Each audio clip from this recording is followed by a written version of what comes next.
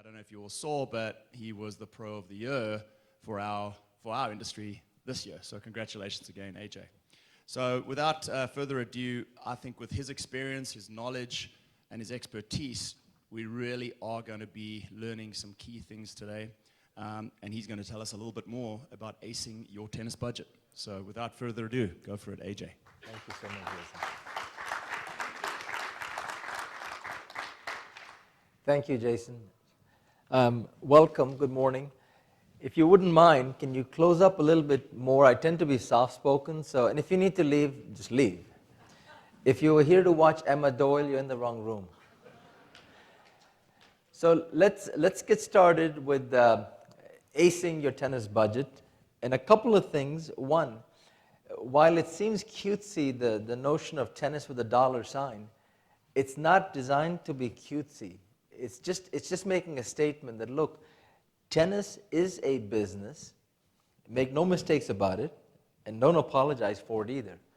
And there is the element of how you run your business. So when we put in the dollar sign, our marketing folks are like, oh, well, that was really clever of you. I said, I wasn't trying to be clever. I'm not a marketing person. I just wanted to state the obvious that it is a business, and we need to treat this like a business. So as we go through this, the thrust of what I'm trying to do, one, is we're all tennis folks. So I'm trying to relate that just as you would have tactics and strategies for specific things you would teach or perform on a tennis court, we're using the same paradigm, the same mindset for everything you would ever do in budgets.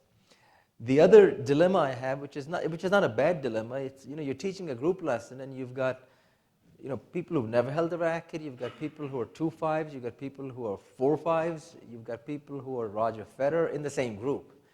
So I've tried to make this presentation where I thought it would be most effective. Late night yesterday, I was with a couple of friends from Midtown, and I know they were going to be coming, so I then also redid a couple of portions as a bonus just for this audience. I've got 2 separate slides in here. If we get through everything else, I'd love to share those with you. It's just they're labeled bonus. If we don't get to the other stuff, then you'll never know I had the bonus, so what difference does it make? But I wanted to come here knowing there's just a whole entire spectrum in terms of where people are in their journey with financials, so I wanted to prepare accordingly. As we go through this, questions are extremely welcome. Just raise your hand, ask. If I can't answer the question, we've got a couple of giants in the industry in the room. There's Butch Staples, there's Mike Woody from Genesis, there's a couple of the close friends here. They'll answer your question. If they can answer your question, then you probably asked a dumb question. Don't mean that. Okay, so let's get this thing rolling. Number one, what are the learning outcomes? This is important, obviously, for a lot of us. One, I want you to master the critical thinking. You're going to think like an owner. And that's a totally different mindset than what we do day to day, or a director of tennis, or even a club manager. On my watch, Lifetime is investing a lot of money. We're talking, 65, 70 million per build, and they're building a lot of new tennis clubs. So my job is absolutely to make sure that I've got folks trained to think like an owner and not think like operators. And it's a very different mindset. Took me about 2 years to embrace that. So that's a big one. I want you to really shift the paradigm. Number 2, there's tactics on any financials. Okay, it could be a corner mom and pop grocery store. It could be a big business. It doesn't matter. There's some tactics. We want to apply those. We want to analyze some budget tactics, especially if I get to the bonus portion of this. I think there's some pretty neat stuff in there. And lastly, I want to make sure we define certain strategies that will work for you. It's not important. This is not an academic exercise. It's more, well, I suspect it is initially, but the goal is, can you leave here with things that are relevant to what you do with financials?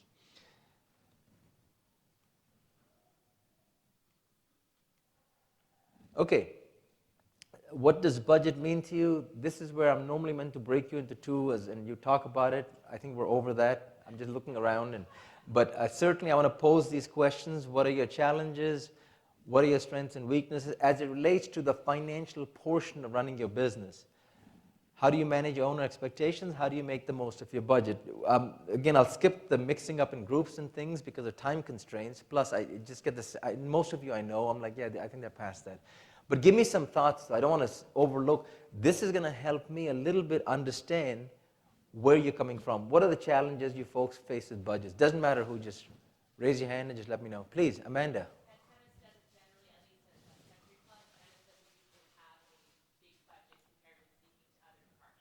Okay, good point, Amanda. Some of the country clubs might not have as much of a budget compared to other departments.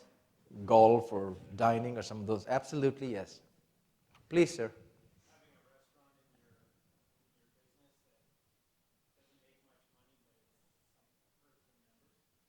Okay. And then why would you run that restaurant?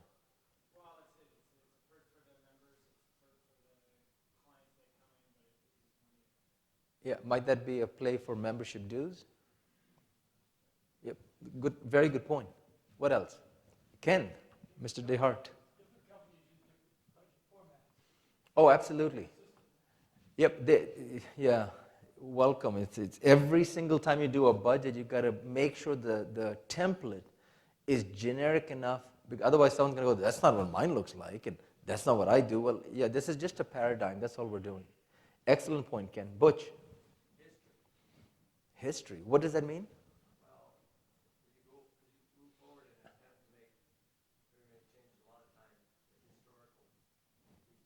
That's a terrific, yeah, it's a terrific point.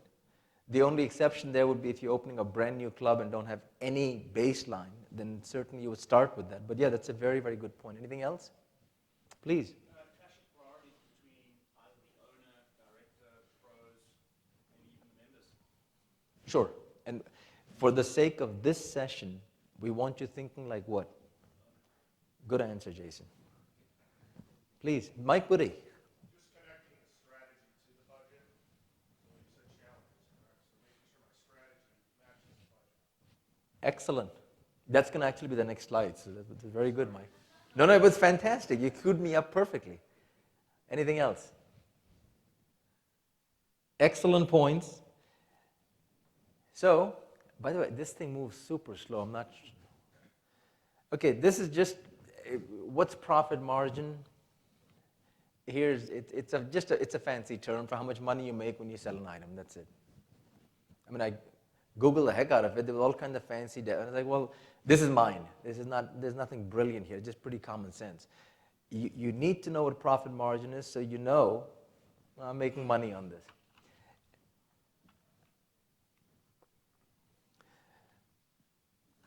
I kind of like this particular slide, and it's going to be very, very vanilla, but if I could show this slide every single time I do this, I would, because someone always goes, oh, I forgot. Okay, thinking like an owner, and this is a very, very rudimentary model, if you will. We went through a couple of these in terms of what's my profit margin if I'm an owner with these different scenarios. Okay, so here's,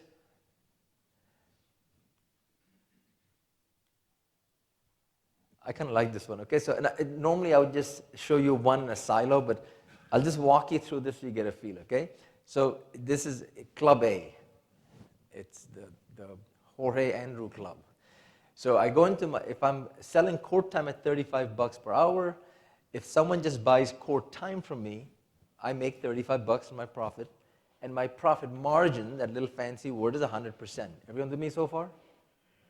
Not too bad. If I'm an owner, it's like, well, 100% profit is not so bad, and it's $35. Okay, now I have lots of hotshot pros, and Ken DeHart comes along and he said, I'll teach a private lesson. They're $50. For the sake of simplicity, I've taken out court time, assuming this is court that is not prime time. Otherwise, I got this whole bunch of logistics there. But now look, so Mr. DeHart comes along. He's a master pro. We're paying him $80 per hour. That's what the member is paying. That's what the club is taking in. We pay Ken $50. Forget payroll benefits for a second. This is just simplified math. And now look, we've got a profit of $30. Now, obviously, I don't mean Ken personally, but the logic is we're making more money. You've gone 35, you're making $80. Okay, but as an owner, which model do you think I prefer? Court time or private? Absolutely. But again, this is not common sense, especially when you're dealing with pros. You have to take the time to explain some of this. They're not stupid people. They're really good people. But this is not common. It's like, well, let me explain to you how this works. Yes, I need to provide you with an opportunity to make money. Absolutely. I think it's great. Members want lessons. We're not overlooking that. But let's not be naive about it. No, if you weren't teaching and I just simply sold the court, I'm making a little bit more money.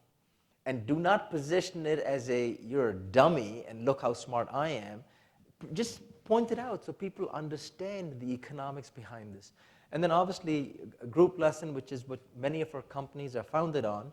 Sure, I make more money in a group lesson because there's more people. And the pro in this scenario is getting the same, whatever it is, commission, hourly, whatever, make up anything you want. The last one I think is quite interesting, is you always have someone making a case, and I don't mean just pros. We're talking about, at least in my situation, some of the newer club directors, newer. If they've been with us some time, they don't think like this. But they'll get into mixers and things and say, look how much more money I'm bringing in. And well, you do the math, and you sit down and say, well, there's more than one pro. There's the payroll, and there's the other expenses. There's food, wine, whatever people do. And actually, I lose money on this. If I'm doing a mixer, in this scenario, I'm losing money. So as an owner, I'm actually less enamored with this mixer, even though there's such a big buzz and people are having a great time. Why would I choose to do a mixer? As an owner, I want mixers. Why? More people. What does that mean? Keeps them connected. What does that mean?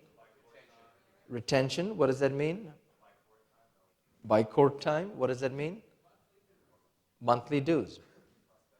Or dues. Or in Amanda's case, so I'm not suggesting this is not important. I'm just pointing out the obvious, that everything that we're talking about, I'm not saying don't do it. I'm just saying there has to be a strategic reason to do it. And you can do the math on this. I mean, if your monthly dues are, I don't know, $200, ours average is $175 per month. If I get one new membership out of this, end of that story. But there has to be a logic behind what you're doing and why you're doing. Before I move on, I think Mike Woody's question is coming up in a second. Any questions? Anything at all? Okay, here we go. Yes, this is the Mike Woody question. Okay, how do you prepare a budget? This is where people normally go. Let me get my pen and my... Number one, you don't start with numbers. Let me repeat this. You don't start with numbers on a budget. You're starting off, do you have any idea what your business strategy is? These are all scenarios I've cut and pasted from various places. I don't even try and make sense out of which club could this be. It's not Lifetime, I guarantee that. I'd be in trouble. So look, this one, we said, okay, there's 3 pillars of revenue growth. It will be membership, adult and juniors, primarily red and orange group lesson, revenue. This was the tactic for this given club. We needed more people, more kids in red, because we had a plan in place. We had a 5-year plan. We needed to get more red people in there, red kids. Number 2, Rally in 10. This is coming from JTCC in the DC area. It's a nice program. Obviously, Midtown has done tennis in no time since, I think, 1972. And it's one of the best ones going. Lifetime has our own branded program, Play, Learn, Love, and we're doing okay. So this was a big focus for us there. And now we've got, what's the conversion for adult membership? 15 of these will join in July. We'll go. This was the big reason to do it. Till I get this, I don't start the budgeting process, because it's in a vacuum then. There has to be a driving strategic reason to start getting your numbers. Most, unfortunately, will start with the numbers, then try and justify the numbers by coming up with reasons why we have to do it. And very often it's, well, we need to make money.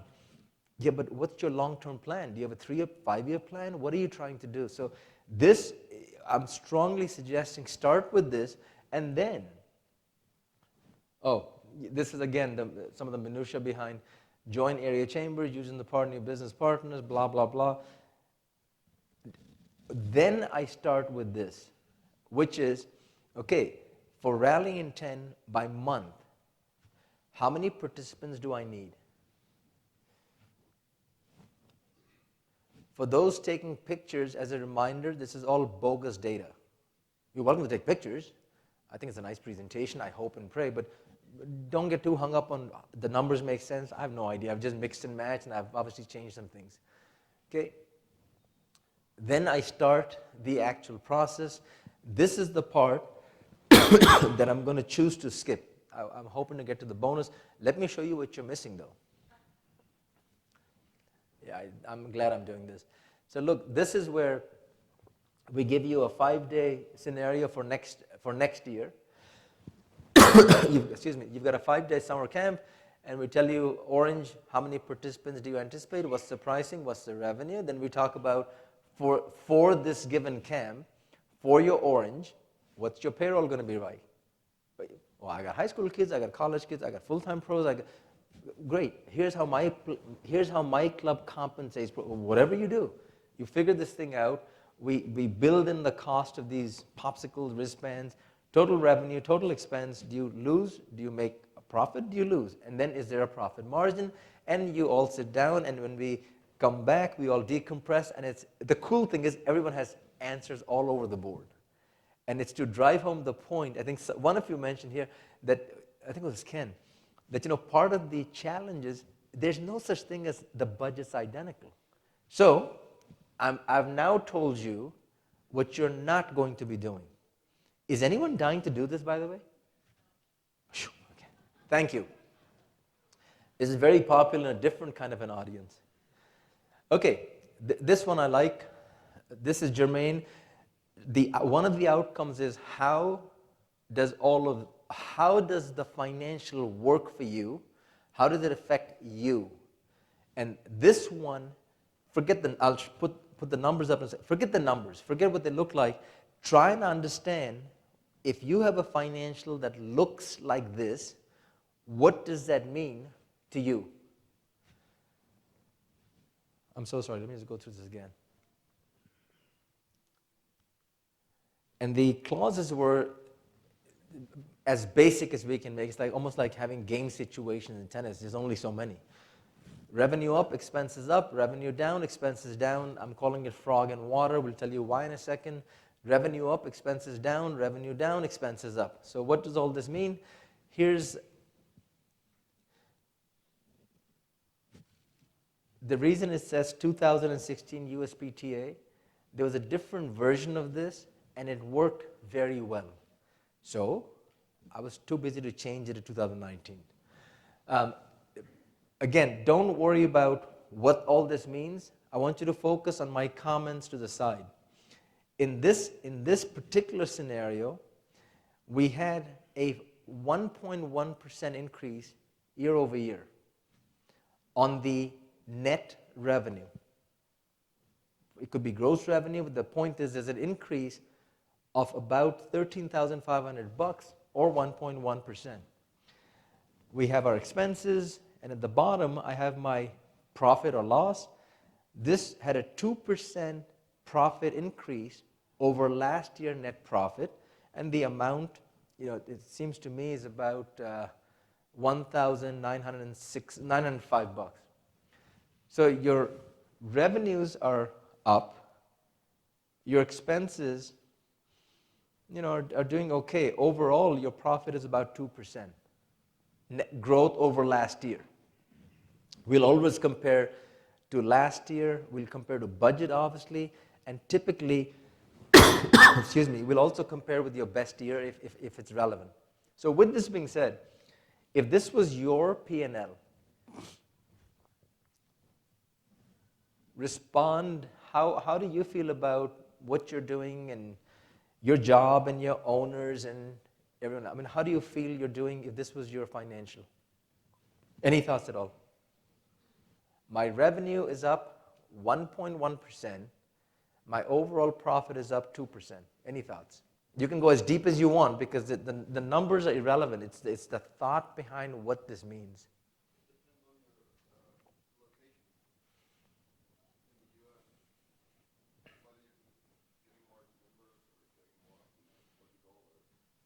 And as a tennis department, what would this mean to you?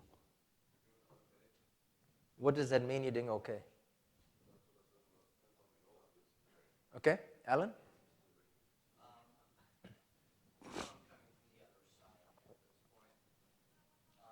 Going up 2% is better than going down 2%, but it's not even keeping up with the cost of living. And so I look at this as it's flat. This is exactly what I'm asking. Couldn't a case be made? I don't know what. Oh, that's pretty good. I mean, I've improved. Butch? I take 1.1% any day because it was up 12% over the previous year. I'd be really happy keeping budget. Very relevant. That goes back to the history. Remember these slides, there's a lot of stuff I didn't want to just point out. But yeah, I don't have anything here compared to what was actually happening last year. The end number is year over year, but I'm comparing the budget. So, okay, that means something. What else? Yes, that would be true. 2008, that would be fantastic, yes. Heck, when we had the big depression, it'd be even better. Please. Sustainable? Yeah, I mean, as an owner, I'm not so sure if I'd be happy with sustaining that. But yeah, it is sustainable. At least at the end of year one, we think it's sustainable. Annette?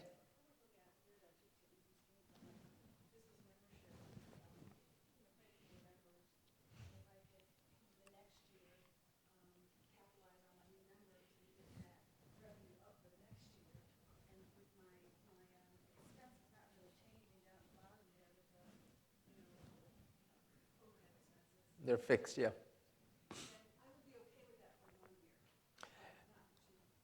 Okay. Well, I should clarify. Thank you, Annette. For the sake of simplicity, this model and most tennis departments that I've run as a subset of a bigger budget, they typically, I have not put membership dues in here. But absolutely, just like the gentleman said, well, it depends. And what if my membership is up 200% over last year? It's a little different. Personally, please. Were you saying something, sir? My concern is you had 15 members and your adult programs didn't go up, so that's not a good thing. I think that's a very, very good point. Yeah. To me, the biggest, and by the way, if you took a picture, or I can send this to you later, it's about the USPTA slides, this is not important that we sit down and go through this. For you, you're thinking like an owner. You need to make sure that your key tennis folks, your directors, coordinators, managers, in my case, I would also say the pros, because I think everyone should know, they should know what all this means. And as an owner, it's I actually would be quite nervous. I'm not happy at all. I mean, the good news, my bottom line is outpacing my revenue a little bit, the growth, which is not a bad thing, but other than that, I'm like, it's okay. So now let's look at this next one. Okay, this scenario, revenue is down, expenses are down. Again, my revenue is down $13,000, 1% over last year, not budget, as Butch pointed out. And I'm still up 2% over last year's net profit. Now, how would you read this as an owner? Remember, the last one was revenue is up 1.1%, net profit is up 2%. Now what? Any thoughts?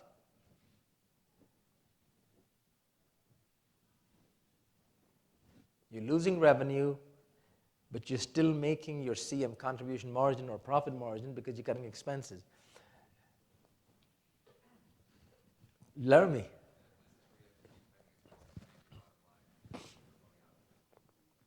Very good. Laramie is one of the top managers, along with Tim Bustle and Zane, for Midtown clubs. So if you need to learn some good stuff. I would strongly endorse these guys. With that being said, he's smacking the money. This model is not sustainable. Furthermore, the more you keep slashing and burning expenses, you can make things look okay. But anyone, and I'm dealing with a lot of investors, these people who 500 million plus into our lifetimes. When you're talking to them, this is not a model I want to present. I mean, I'll get laughed out of the room because this is not a business. Yeah, 2% you're over, but you're doing it the wrong way.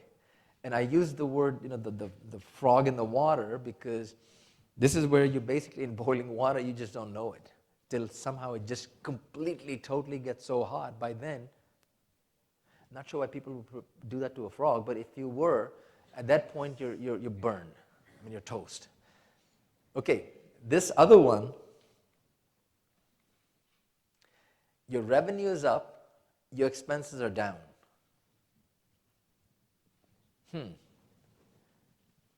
Up 1% net revenue, up 18% over last year, profit. Any thoughts now? What would you do as an owner? I'm sorry? Bonus? Yeah, no, this is what I would say I'm looking to promote. And by the way, the top line number could be 8, 6, whatever. I just took a number. By the way, what if I'm an owner? Different parts of the country, different business models, different levels of, am I conservative, am I aggressive, what's my return supposed to be? But do you think most owners would be okay with a 1% net revenue increase?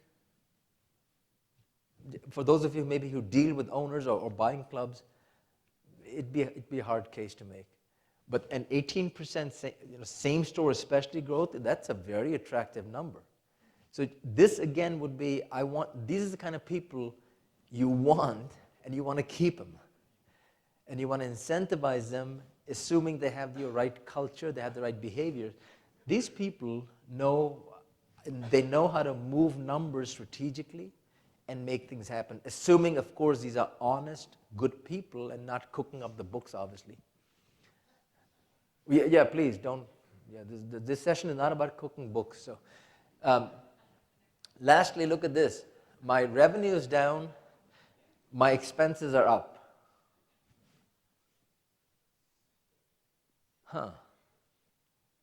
You can't see the bottom there, but it's almost like a 23%, I think, decrease. Now what kind of situation am I in as an owner? Happy, sad? What about your job? What do you think is going to happen? Yeah, get your resume ready, apply to Mike Woody or Butch Staples. You're in big trouble. I will say this, at least I hope, any company which really is relevant to what happens in business, you don't discover this at the end of the year. This needs to be, by the 7th month, when we talk of 7 plus 5 or 8 plus 4 months forecasting, this should be very, very clear. So you can do all of the pivots, you can do all of the quick changes you need to make to get this thing back on track. But if this thing was to continue, I wouldn't be happy. That doesn't mean you necessarily terminate anyone, that's just kind of cold. But there better be some coaching and there better be some level of this is not going to continue. And if it still continues, well, that's a different statement. Okay, just FYI, some other considerations here. This is a whole separate workshop, but I wanted to at least put this in. We can't talk of budgets without talking about payroll. Cannot.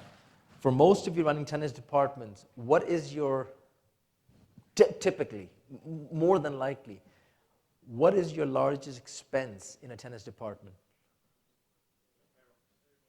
Yeah, it's payroll. Typically.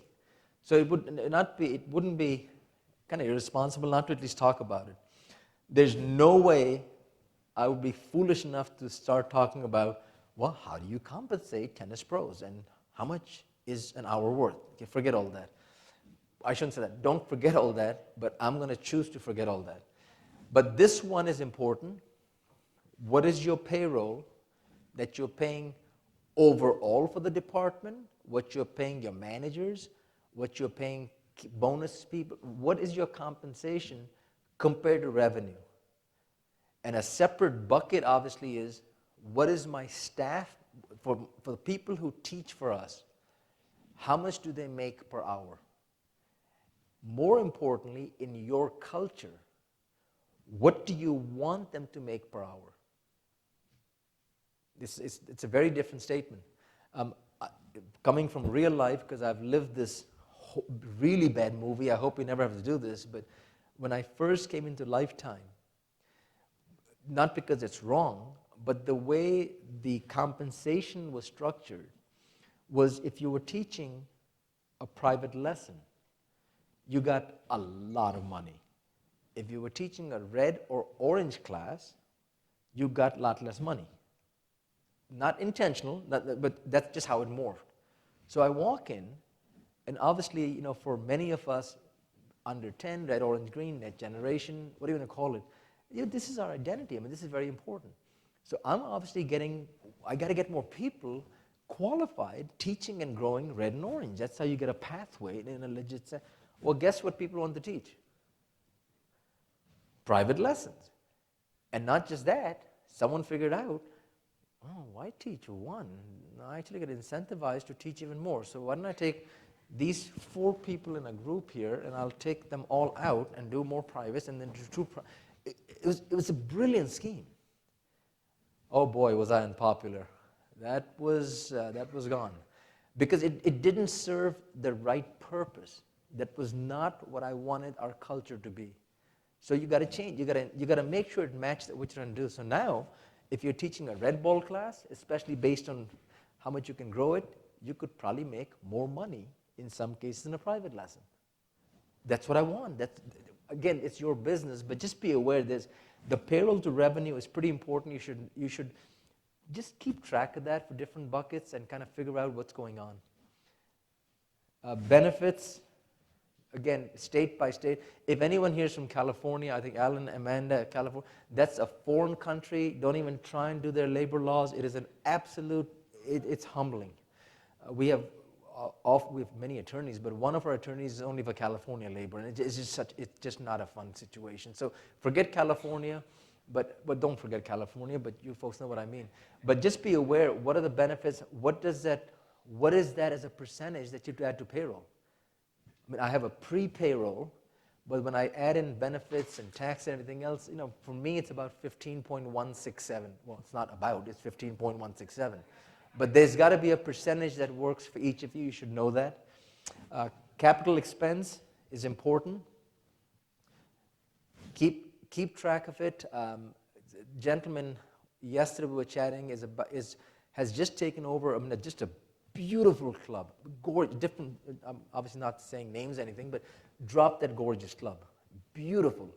But there's deferred maintenance, a lot of deferred maintenance. So then it becomes, well, what is your capital expense on this? Because as an owner, I don't care if I'm making 1.7 mil or whatever in the revenue line, but geez, if I'm going to put in another 10 million into capital, what's my return on that? Separate presentation, separate deal. But when you talk of return of investment on capital dollars, that's totally different than what I'm talking about on this one. So just be aware of what you need to do and when. I just love when people go, next year I think we should replace our HVAC. What? When did you come up with that? This winter. No, please. We got to plan this stuff out because this is significant monies. Lifetime, and I'm sharing the number not to impress you with the number, but to impress you with the scale of how detailed this is. It's about, this year we're looking at about 176 million in capital expenses. So you can't mess around when you can't just go, well, I think we'll do this and we'll build that and we'll add this. You've got to be very, very strategic. So I don't take this lightly. I think for all of us as a business owner, this is a very important one. Business operators don't care. Oh, it's not going to hit my bottom line, so what do I care? Let's spend 5 mil, but that's not the way to go. We have a repair and maintenance budget. Okay, now this is premature, so don't get too excited. Thank you. Calm down. I think it's kind of pretentious to give out business cards, so that's my email address, apantlt.life. If you would like to reach out, I would be delighted to chat. I like you folks a lot, but not enough to give my cell phone. But email anytime. I travel quite a bit. I'll let you know when I'll get back with you. But I would love to connect. And if I don't hear from you, it's not a big deal. I'll be just fine. Okay, we planned this. Should we go into the bonus then? Or you all can leave. I think you like this, the bonus slides here.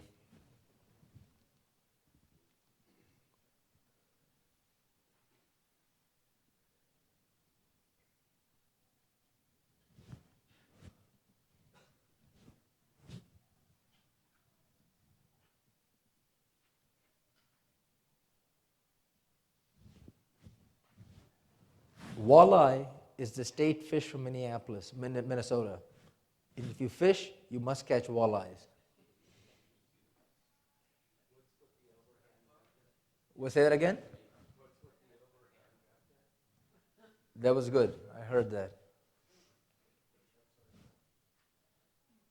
I think I got it.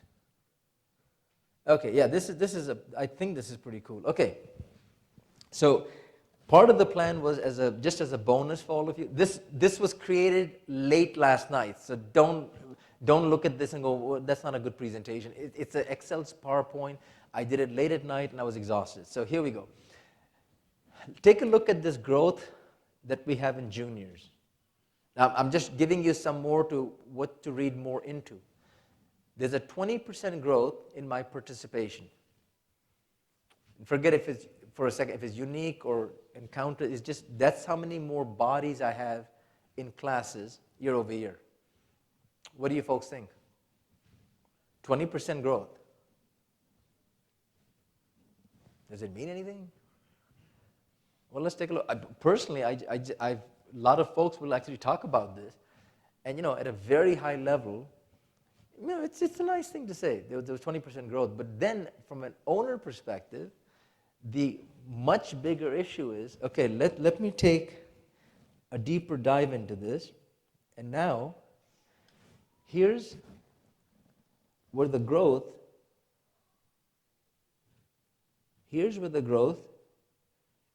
actually happened.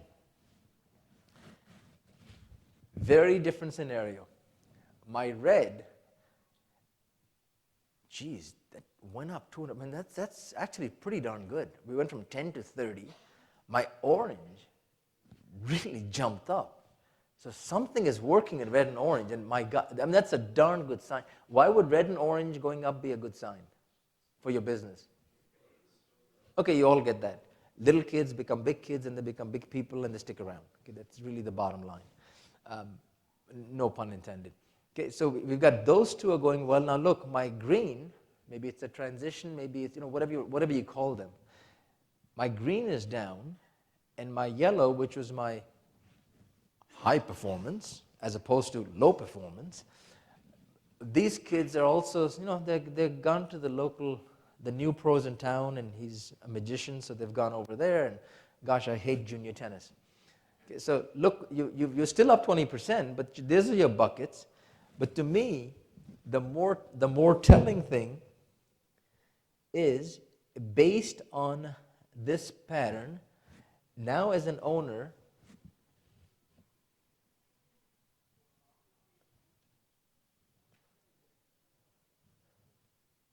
sorry, bear with me. This was done late last night, so.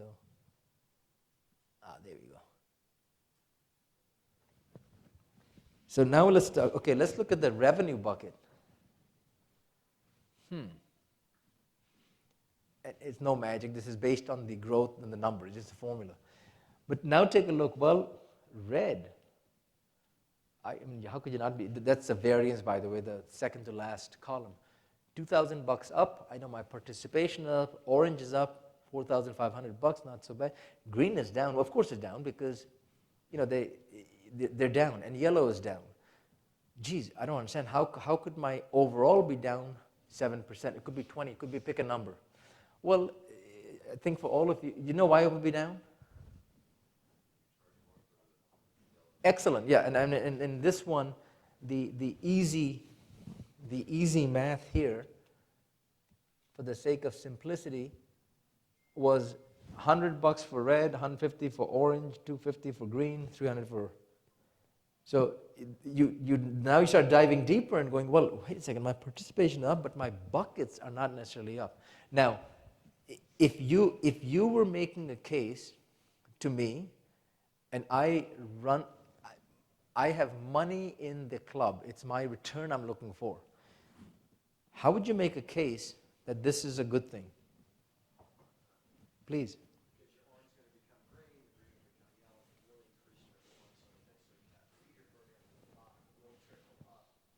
Mm-hmm. I'm an owner though, but I'm losing money on that bucket.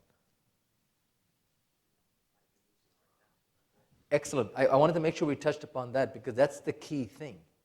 And if this bucket is down, and this is the trend, but your adult leagues, I'm just making it up, is up $8,000. It's a moot point.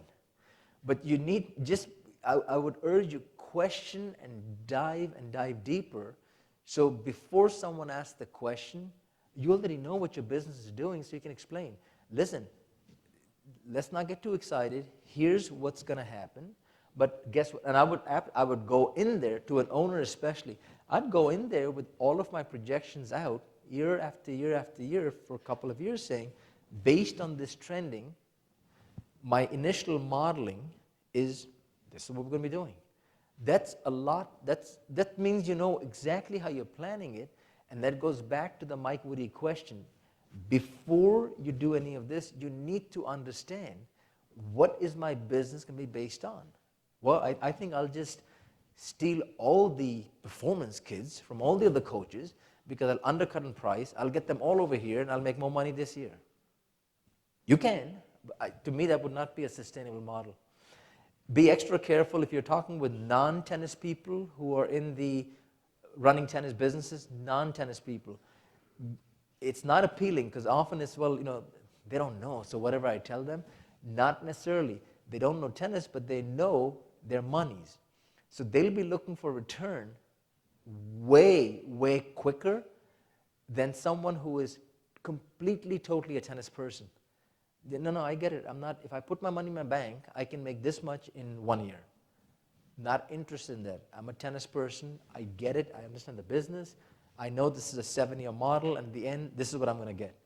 I understand if I sold my property tomorrow to an apartment complex, I'd make a lot more money. And if I didn't build a new club and just simply said I'll make some soccer fields, make even more money. Those are part of your strategies and your culture. Any question on this? Okay. One more bonus. Anyone like the bonus so far, by the way? Listen, you better say yes, I'll feel good. Jeez. Ungrateful bunch. You are very welcome. As a heads up, if you ever planning to go down to this Fremont Street, and I mean this sincerely, there's way, way too much cigarette smoke there. I got back and I was ill. It's disgusting. So if you're in Las Vegas and you want to go to a cool place, my suggestion, go to your room and go to sleep. Okay. One more here. Yeah, this is a great one. Okay, I modified it. This is our term. It could be anything you want. You need to fully embrace a unit economic model.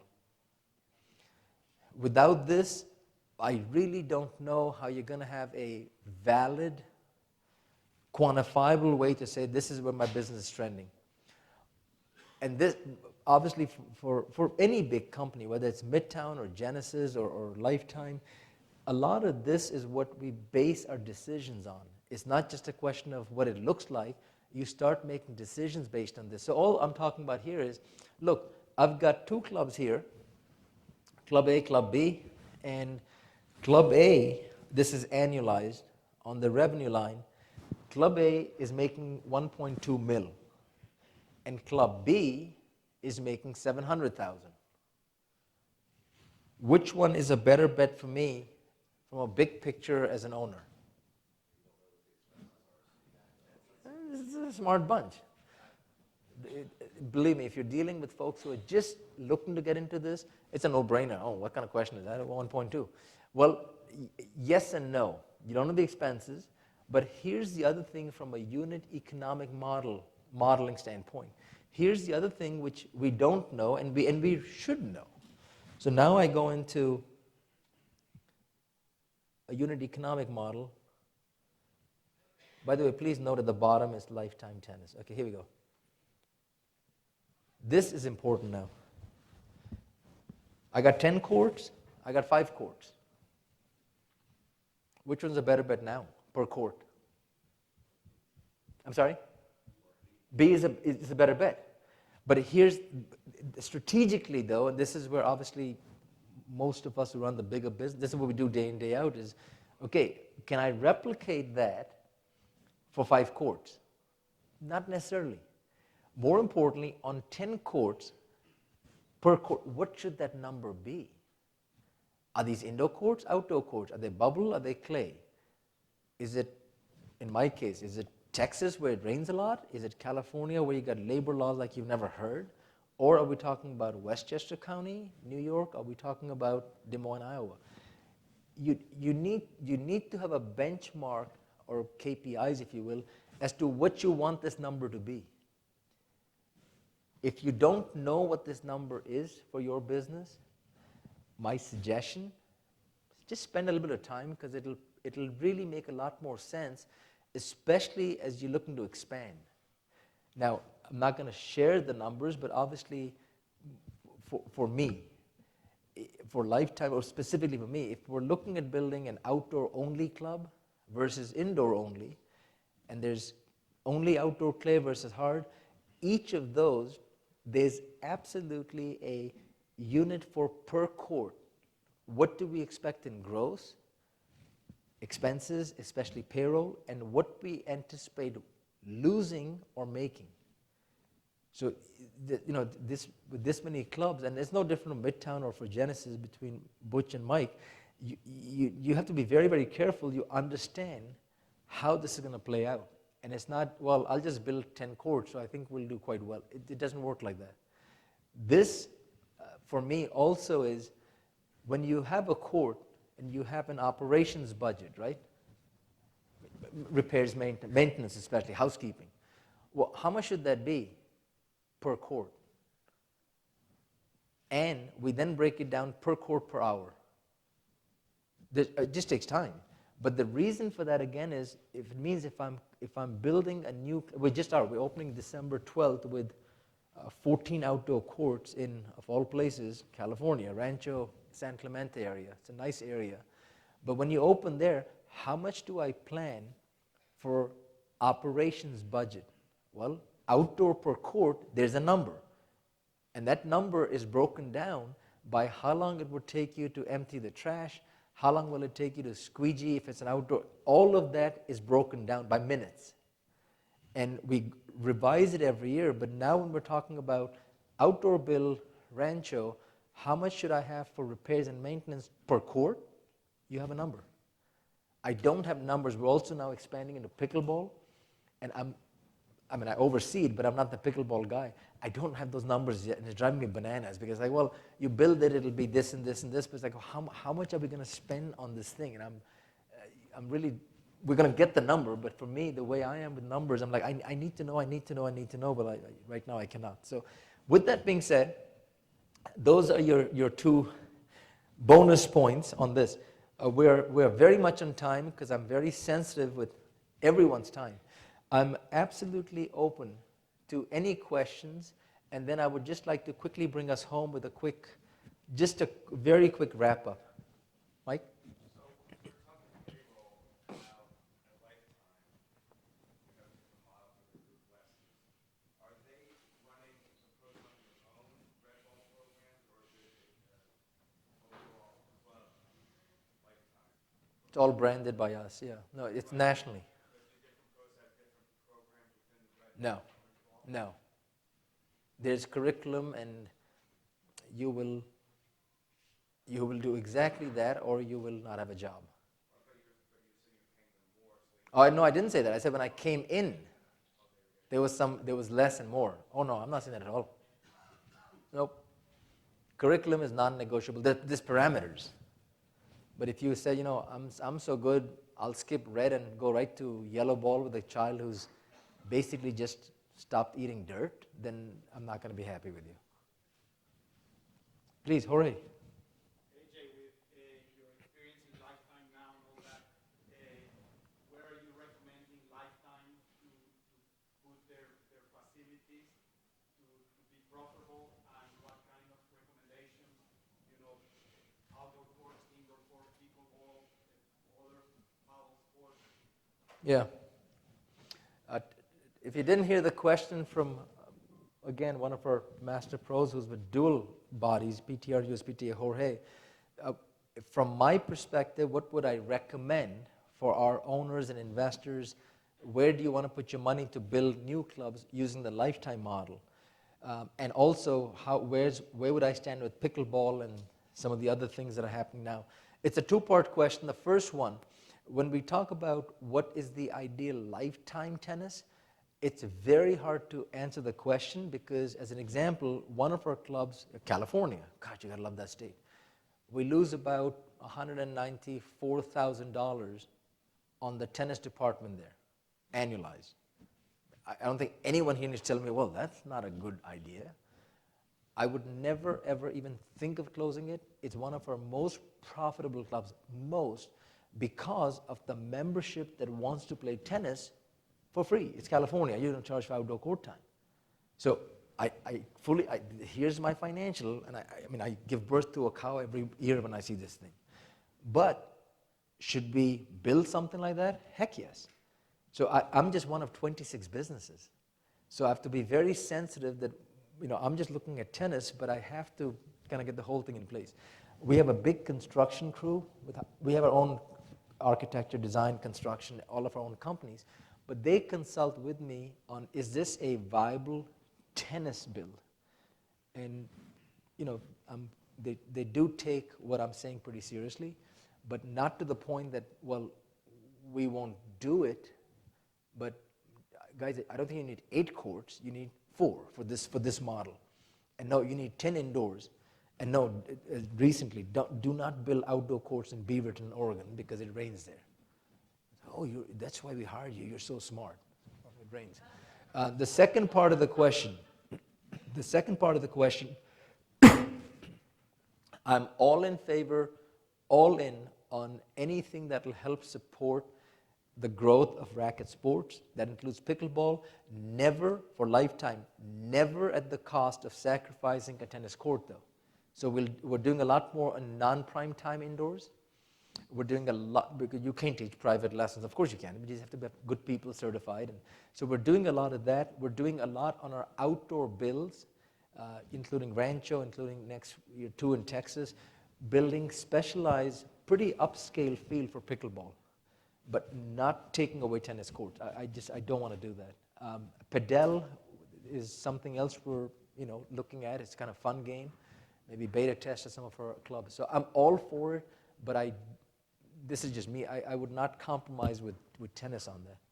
Other questions, please. And I know some other hands are up too, please. So, we created a new event in the club that it breaks even the event in itself, which doesn't help the budget overall. Mm-hmm. But try and voice it to our GM that, look, we're bringing revenues in other areas, right? Mm-hmm. For this event, they were staying, eating in the venue, Mm-hmm. they're kind of spending more money in the shop. Yep. How do you go about quantifying that? Then it's outside my department, right? I can't Yep. put a hard number on it. How do you go about arguing? One, very carefully, and 2, I'd be nervous because that can spin on a dime. This is great. Our pro shop makes money and our cafe makes money. But at some point, if you lose enough money, that stuff is irrelevant. This is about you, and your department is not functioning. So I would keep very detailed records, and this is just my personal opinion, I would be very prepared to go to a war to make a case as to what actually is happening, and be aware that everyone else who is accountable to those numbers, they know exactly what the big picture is. Because if they don't know, The moment your numbers start sinking because other things are happening, typically that is not a good place to be because all the logic goes out. No, the cafe would have done that anyway because their food is so good, all these people will want their food. But your programming must not be very good because your revenues are down. So, but quantified. I mean, you have to, it's on you. It's not on someone else. Record it, document it, play it up so there's no confusion. When it's time to say, how am I doing? Here's how I'm doing. Please. Owners may look at, what their bottom line profit is and look at the facility and go, can I make more money turning this into retail space? Or Sure. condos? Mm-hmm. I think that's something, especially an older club, pros need to be aware of that. It's happening more frequently than ever. But again, part of the reason is the pros are pretty smart. They don't understand what the owner's looking for. So if we are going to be valuable to our employees, we have to educate people and really get them thinking about there's a much bigger issue here. Absolutely. And if an owner decides they're going to sell this thing off and just make more money, I can't fault them for it. But there's certain tennis people who we're blessed. I'm blessed. We get to work with them. We know them, whether it's Midtown and Alan Schwartz. These are folks who simply tennis is who they are. So they're not going to give up something to say I'll make a lot more money. It's about I'm going to make money, but I'm going to make it because I love the sport. Let me suggest something. I know there's some other questions, which is great. I would never want to keep people over time.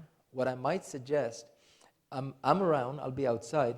I don't want to take up any time from Jeff Salstein. He comes up next talking about the serve, and I hope to listen to some of that. He's very, very good. But I would like to, I'll entertain all the questions outside, so I don't keep anyone here. Let me wind up again with this.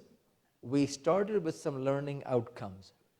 And one of the big ones was we want you to start at least mentally going, I can think like an owner and get that message out to other folks. Did that happen? Did that shift kind of happen here? No? I just failed, but okay. I mean, it's not a trick question. I'm just trying to say, more importantly though, do you feel when you leave here, are there things you've picked up here that might help you move in that direction? That I'm not just looking at a number as a number, I'm going to dig deeper and start to think if I was an owner, how I would treat the number differently. Would that also happen? Okay. I'm not going to ask you for the specific steps because there's not enough time, but if you want to reach out to me on my email and tell me what your specific steps are, what do you want to do, and what your timeline is, I'm more than happy to get back and brainstorm with you. We're all doing the same thing. Love to have more questions. Don't want to take up any more time. Thank you so much, everyone. Remember, if you go to Fremont Street, be careful of the smoke. Thank you.